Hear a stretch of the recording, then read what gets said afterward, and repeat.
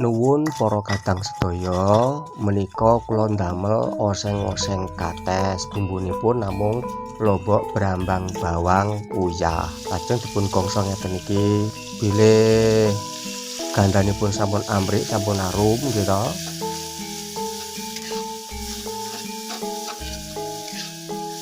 Kasih bumbu masako penyedapnya, ndamel royco kene masako boleh, yang lain juga boleh. Kasih katese lur ya, kita masukkan katese. Nah ngeten iki lajeng dipun campur turap. Nah, kita aduk sampai merata ngeten nggih lur. Lajeng dipun paringi kecap. Bilih mboten wonten kecap lur, dikasih gula nggih dingin. Kasih kates nyadam iku wis legi lur. Nah ngeten iki lur. Jan nyameng tenan. Urip ning desa mung oseng-oseng kates wae wis trima ngoten nggih lur. Sing penting iso ndadekake etes. Jangan kates mari etes, bergas, sehat, waras. Ngoten nggih lur nggih. Yas, pokok kena nggo ganjel weteng ratur ora mendemi. Ngoten nggih lur, muga-muga bisa berkahi.